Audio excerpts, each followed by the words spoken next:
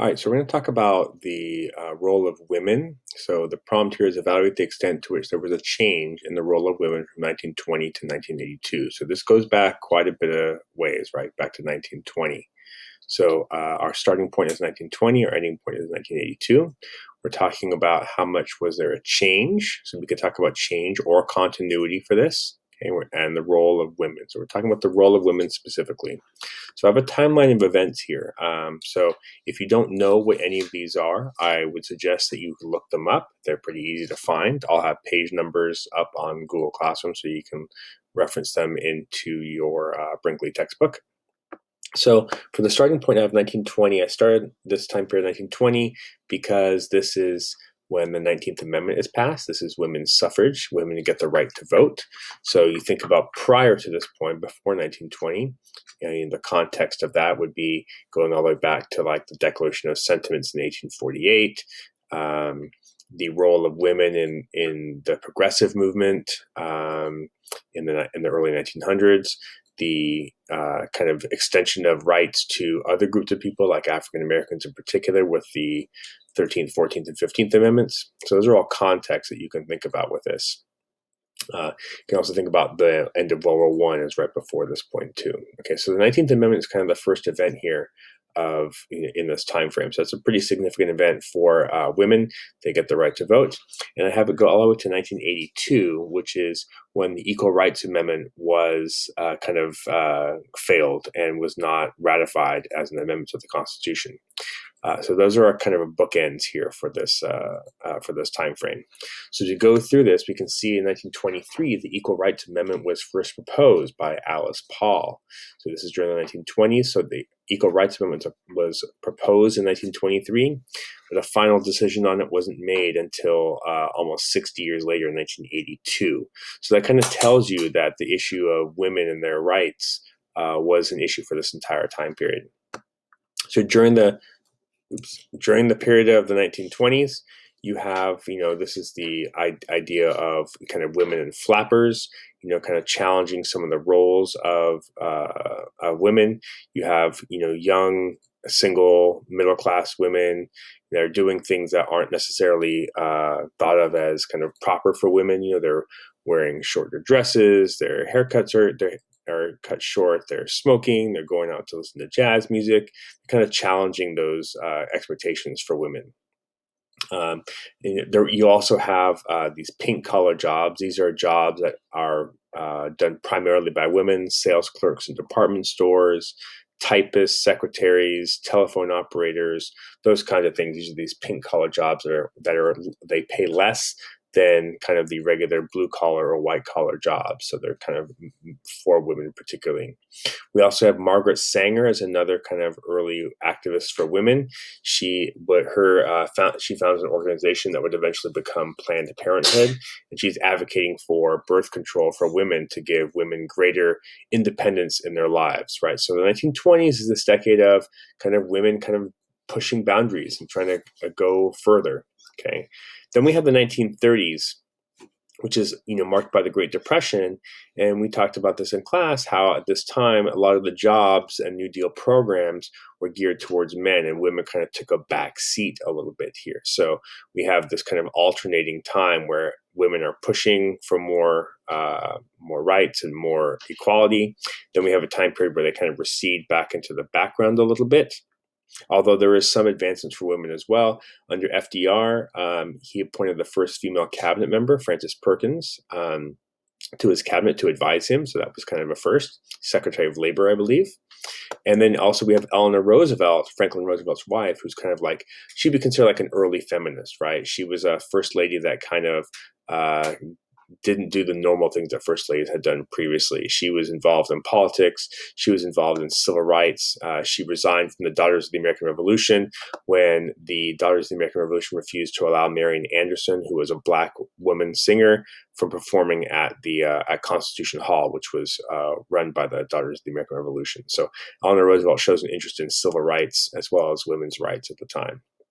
But overall, the 1930s with the Great Depression, it's kind of a step backwards for women, where they have less, the jobs are supposed to be for men, not for women. Then we have the 1940s, which is kind of dominated by World War II. And for the first time, we have women in kind of industrial factory jobs. Like, this is the image of Rosie the Riveter, right? That women could be an essential part of the war effort and were actively asked to participate in the workforce while the war was going on. This represents kind of a step forward for women in a lot of ways because they're doing things they typically hadn't been done. So we have this alternating thing where it's progress, a step back, progress. And after World War II, in the late 40s through the 1950s, we had this return to the very traditional gender roles during that post-war economic boom, right? So women were kind of expected to be mothers, wives. They would stay at home, raise the kids, very traditional ideas, in part due to the baby boom and also because of the economic prosperity. There wasn't a need for women to work like there was here during World War II, okay? So again, we have this kind of alternating step forward, step back in the 30s, step forward during World War II, and a step back in the 50s. And so in 1963, there's a publication of a book by Betty Friedan called The Feminine Mystique, where she talks about the problem that has no name, which is this idea that women are not being fulfilled by this traditional gender role, by being at home with their kids and being a wife to their husband and cooking dinner and cleaning and doing all those kind of things, that women find that unfulfilling. They want more out of their lives. And this is kind of the birth of the kind of modern feminist movement. In that same year, we have the passage of the Equal Pay Act, right, which is a law to ensure that women were paid equally. Now, it's not completely effective because there are still differences between what men and women make, but this is kind of the first step of kind of Congress getting involved and trying to include, get to equality here. We also have 1964, the Civil Rights Act, Title VII, which was, really not just important for African Americans, but important for women as well. Okay, you have the formation of women's groups like the National Organization of Women now, which is founded by Betty Friedan, who wrote The Feminine Mystique.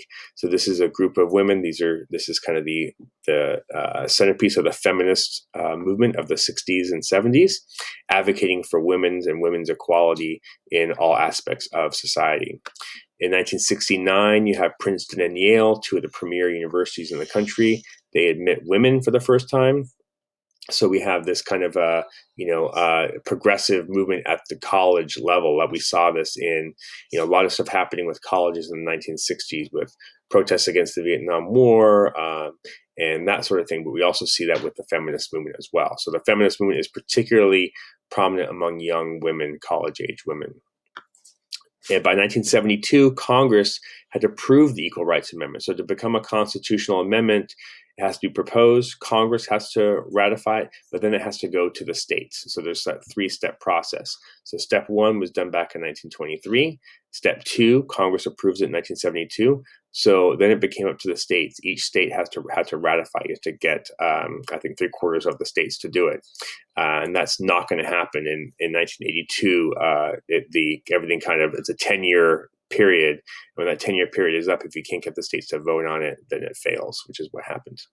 In 1973, we have a really important Supreme Court case, Roe versus Wade, which legalized abortion in America. This was a very controversial case at the time. So this is the Supreme Court getting involved. So we have Congress with the Equal Pay Act, the Civil Rights Act, trying to do things to make equality for women. We also have the Supreme Court talking about legalizing abortion. And that's a big deal for women because, it gives them independence. It gives them kind of freedom and control over their own bodies, which is something that Margaret Sanger was talking about way back in the 1920s. So Roe versus Wade was a victory for kind of the feminist movement and the conservative opposition that wanted to see women primarily as wives and mothers and return to this kind of traditional gender roles.